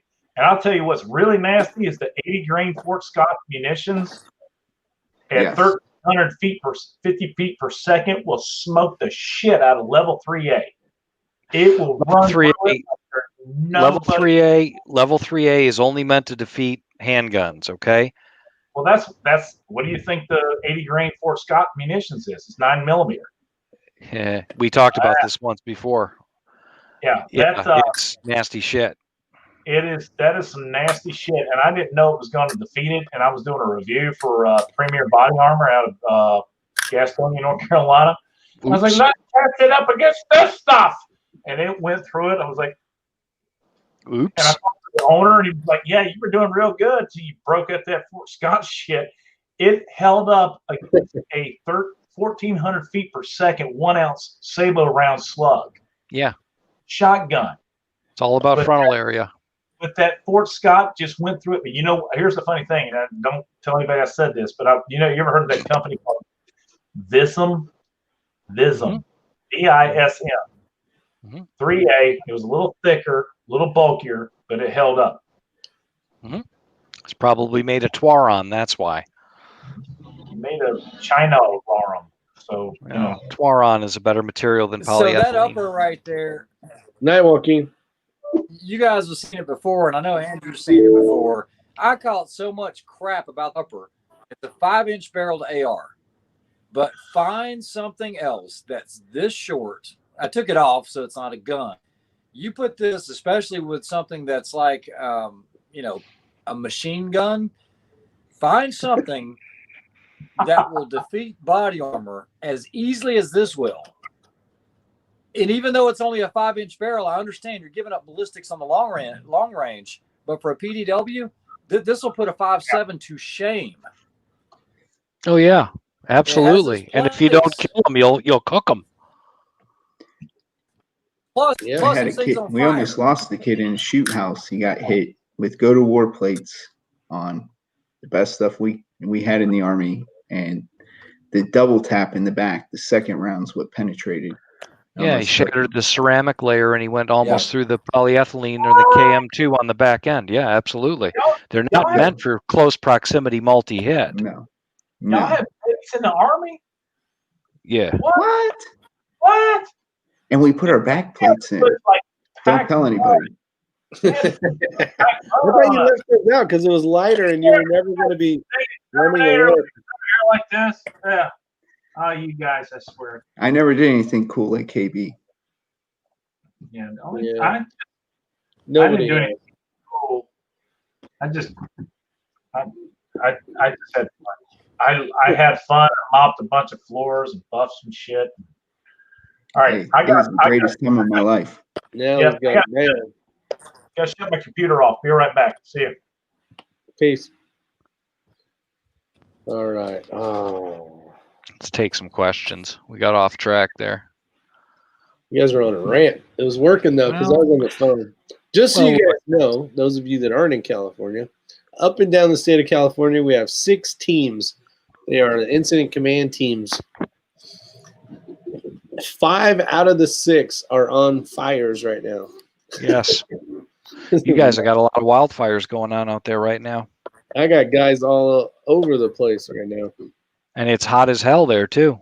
Oh, it's hot. You know what's weird is it actually sprinkled for like 5 minutes today, which is weird. Too bad it didn't sprinkle for 5 days. Yeah, they need it. Yeah, they do. All right, so You got we got something coming right now. what? So you got a huge monsoon lightning storm headed your way right Awesome. That's good. We just That's need west. more. We need, and you know what's funny is, well, it's not even funny. So these lightning strikes come in, and they're just doing this along the mountains. So these guys are showing up, and they'll have minimum limited resources on like 36 fires. So it's just a little group, and they have to contain these 36. Then there'll be another 36, 5 miles away, and then they'll have to contain those ones. There's a ton of that going on right now. The lightning is playing havoc on the state. I'll give you some of our rain. Yeah, we'll take it. I got a whole bunch of rain in North Carolina I could have brought. It's been muggy. Hidden Steel's out there. What's up, Hidden Steel? Natalie Dayton, SBR Grindle. See, I missed some of you guys coming in here. Jerry Parker. Who else we got out there? I haven't seen in a while. This Vicodin is kicking my ass. Charles Tiffy's Mike 21 STI. Mike 21 STI. Lynn Holt. Eric's out An there. AR 3-gun. 0 distance. Oh, the 50? I would do it at 100.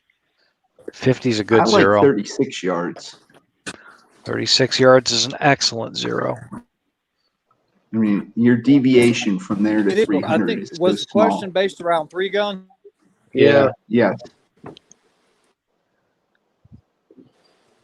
Yeah, 3-gun. I'm not going to run a 36 yard zero. I'm definitely going to run a 50/200 for 3-gun because the targets are so small. For other applications that aren't competition, I had to relocate outside. That aren't competition, then definitely the 36. There's other options out there better for hitting man-sized targets. But for 3-gun, for sure, 200 if you're running a dot. 36 is a good all-around for critters. Yeah. I guess you just run what you know. I've always shot 36, so I don't change. Hey, whatever works the best for but you, I man. think the question There's no was about absolutes. 3-gun, though. Yeah. Ray, I run a 5200 on all my 5.56 platforms. That's what I'm comfortable with. And the biggest majority of your LEO agencies across the United States do that as well, because the engagements are going to be closer. You're not going to be shooting out beyond 300, and you're going to have less height over bore or maximum ordnance on that. It always works. Yep. Kenny's at work, I think. I think. How long have you been yapping for? Oh, the back is killing. I bet. That's what happens when a house falls on your ass. Yeah, fuck that house. The only thing I could think to say when I got out and I was bleeding all over the place, I split my forehead open underneath my mask. My mask was full of blood. That was kind of cool. The only thing I remembered saying was change my bottle. I'm going back in. I remember the chief grabbed me and saying, yeah, you're going to go sit down for a while. I was like, nah, I'm going back in. Yeah, I went and sat down for a while. Fun days. It sounded like a good plan. It was awesome. You don't know how hurt you are until the next day when you wake up and you go, ow, that really hurts. Who left us? Kenny left. Kenny left. Gotcha. Why is KB? Here it comes. He combed his hair. No. What the hell? Who are you and what did you do with the KB? Well, I'm getting ready for bedtime. I had to brush my teeth. Yeah, it's late. I got to work in the morning too. Here's a question from Charles. I have no experience with that. Uh, 25 Sherman short. Where's Kenny when you need him? He has all those crazy rounds. I don't know. I know nothing about a 25 Sherman. But if it's anything like a 257 Roberts, I'm in. Yeah, you like that round. What's not to like? I don't know. Fire's been absent from the ecosystem for a long time. Absolutely. We got a lot of Fuel. A lot of fuel. Lightning sure is fun though. What's up, Zeus? What are you doing, buddy?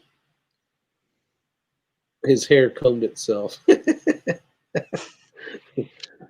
All right. Well, anybody got anything before we wrap this shit up? Let us know down below if you got a question. Andrew, 131 grain pill over 3,200 feet per second in the Sherman.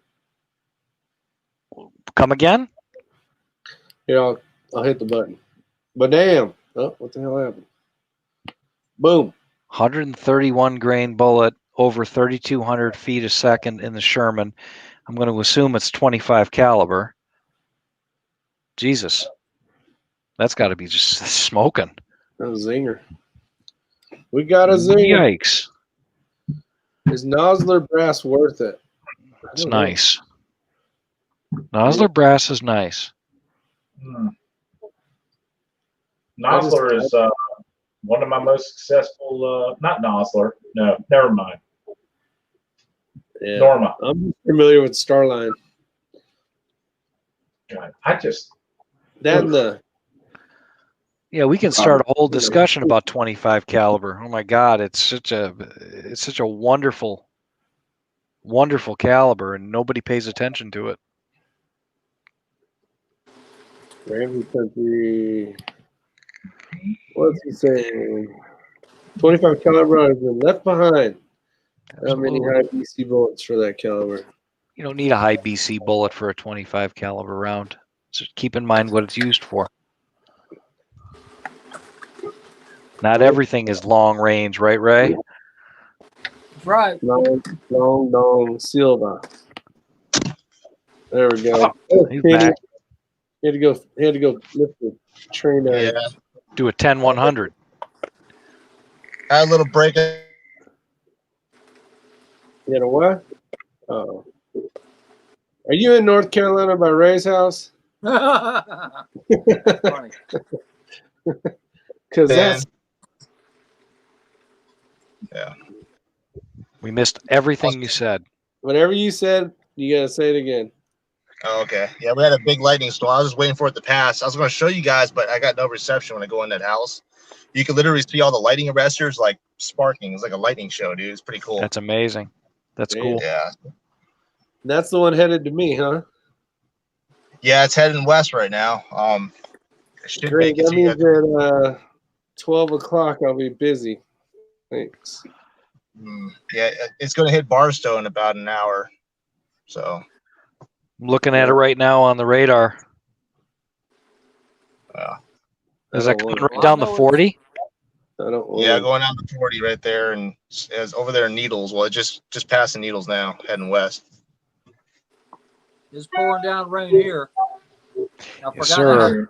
I forgot I had tools in the back of the truck and everything's soaking wet. So Shit. I was grabbing them. Oh, shit. Second the water out. Get out the WD. That's right. Water dissipator. That's right. Golf ball challenge with a 300 blackout, 500 yards. Count me out. That's a Hail Mary right Good there. luck. Hail Mary. Hell no. Hail the Mary. What the hell no? Ramsey says Nosler sucks. Ass, don't buy it. So whoever was asking. Hey Kenny, you got any 25? What were they talking about? What caliber was that? It was called 25-06 is an awesome round. Yeah. This one? No, but I know who has a reamer. Oh, that's not a big deal. Shit. It was Charles, but I can't find the damn comment. Yeah, it's a Oh, here we go. Here's the 25 Sherman. Yeah, thanks. 25 Sherman short. Oh, yeah, he's talking about that Wildcat. Like, they have like the 25 Creedmoor, which is like based off those 131 Blackjacks. That's supposed to be like the middle ground, optimum ground for the Creedmoor platform. And the Sherman just takes it to an extra notch. I play around with the Wildcat world quite a bit, so I might get a hold of one eventually.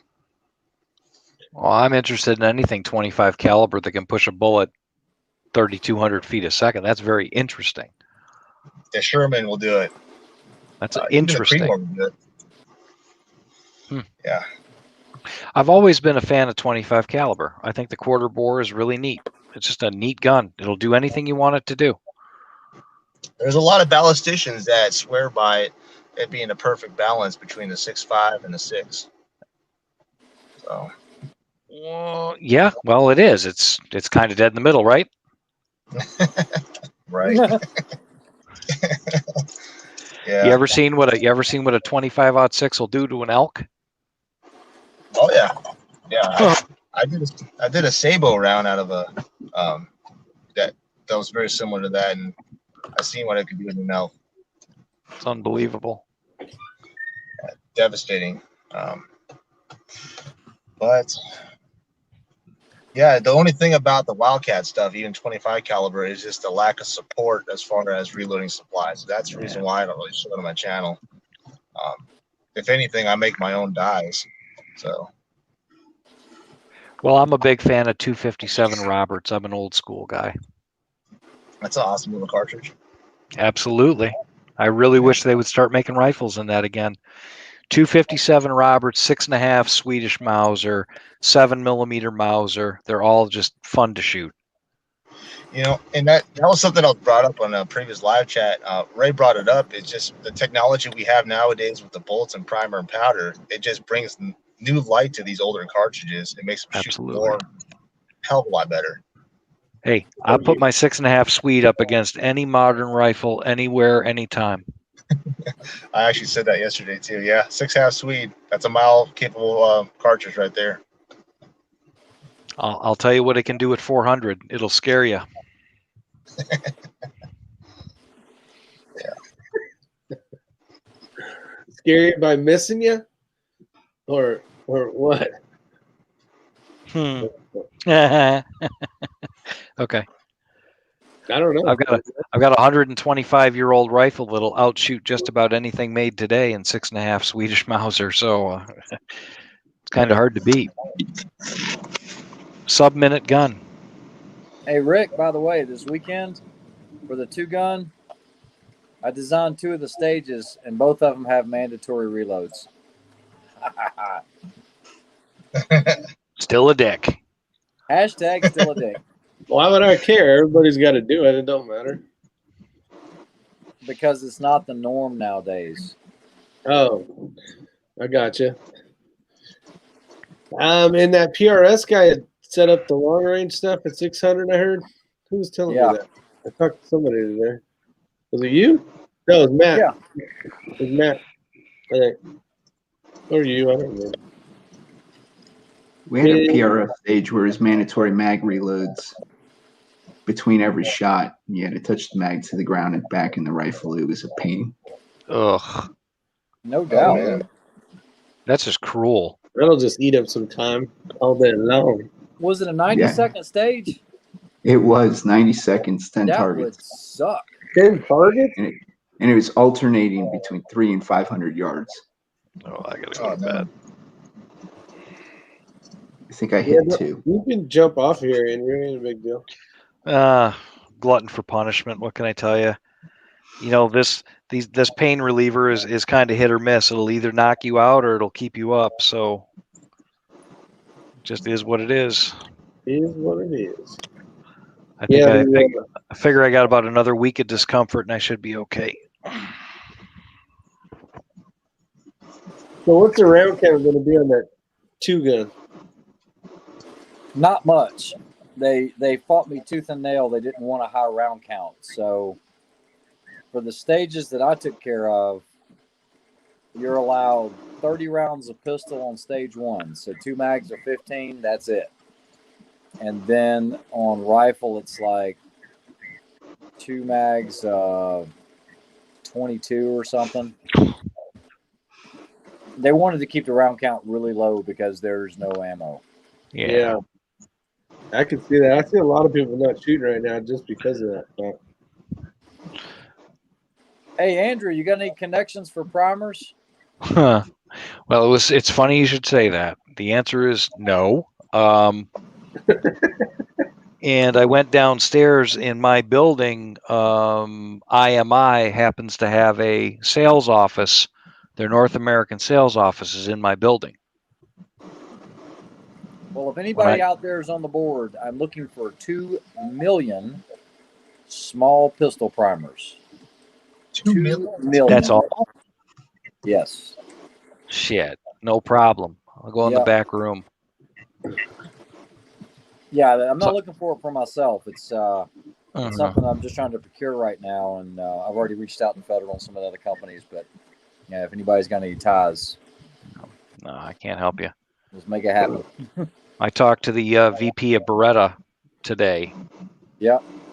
About a couple of things, and we were talking about ammo and such, and believe it or not, I was like, "Hey, Gabe, you know what's going on with ammo? What are you hearing?" And he says, "I'm hearing nothing."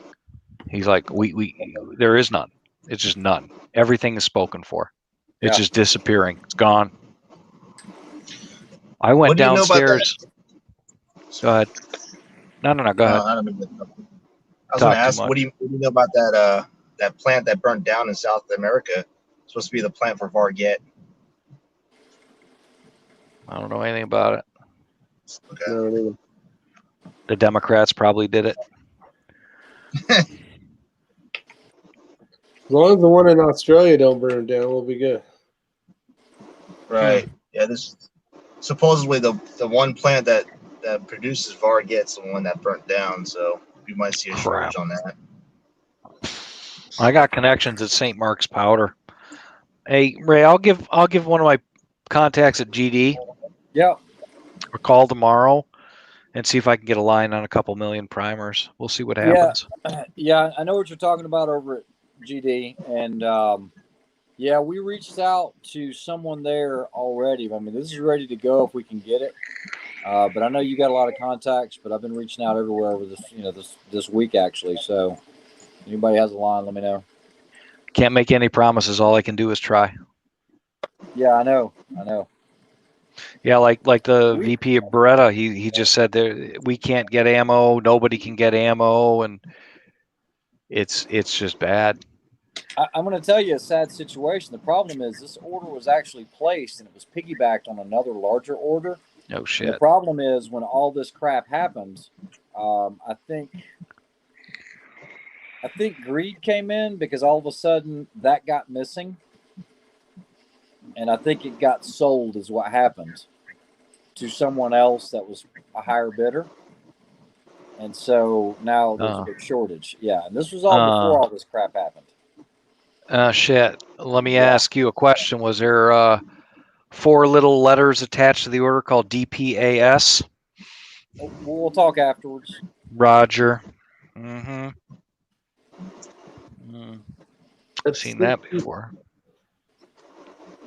Yeah, Elmo. Elmo. Yeah, you're looking. Yeah, depending on who's buying it, $2 million is about $60K. Depends if you're paying 2-3 cents a piece, but I would just want to know how much room 60 or 2 million primer boxes take up. A fuck ton. it's not as bad as you think. You can get them in a small truck. I don't want to drive the truck. Exactly, because it's not going to have the right placards on it. There are no placards for that. Just say rolling fucking bomb. Well, you said, would it fit in a Honda Civic? No, it's not going to fit in a Honda Civic, Rick. Send Coda Boy over there. Yeah, Coda If Boy I knows accidentally how to, spill some, he knows how to. Coda Boy in a Prius will get it. So, real quick story for you, Ray. My uncle was one of the lead engineers at the Twin Cities Army ammunition plant. Okay. Yeah. And they used to have a truck that they loaded with the primers, and they took the primers from the primer building and they moved them across the campus to the loading house. Okay. Well, one day something happened. There was a mechanical failure on the truck and broke a tie rod end on a gravel road going across the campus. Rolls over in the ditch. They never found the driver, the passenger, or the fucking truck. Wow. Yeah. Never found. No, there was nothing left. It was a smoking hole in the ground. That happened in about 1967. Gone. I think that truck is in orbit next to Elon Musk's fucking Tesla. Bad deal. Let's see. You have a container.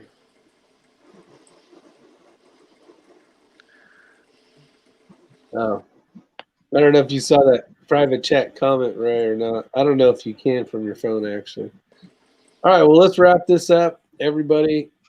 Appreciate everybody showing up out there. And so we got Elmo, West Covina Dodge. How you doing, bud? +5.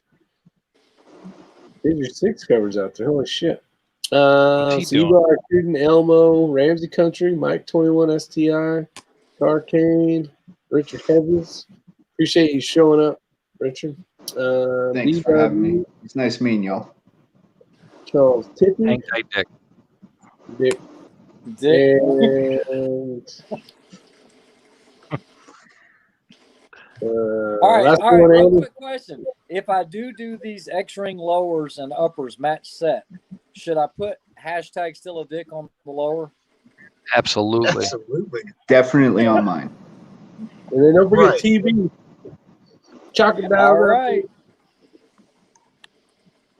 I just Ronald Wilson. Who else am I missing? Charles out there, SBR Greenville. Mario. All right, I think we got everybody. There's 57 though. I didn't say 57 names, but I appreciate everybody showing up tonight. Have a great night. Stay safe. Stay cool because it's hot as shit everywhere, pretty much. And stay away from the fires, armament, and axes. Hashtag Stay Ready Strong. Appreciate it, my friend. Got C6 squads out there. See, you guys weren't commenting earlier. Who else is there? Mano018, Ronald Wilson, and everybody. +5 Rams Country. All right. You guys take care. See you on the next one. Good night, y'all. Stay secure on this end. And I'll be in an airplane all day tomorrow, so you guys got the day off. There won't be a live chat.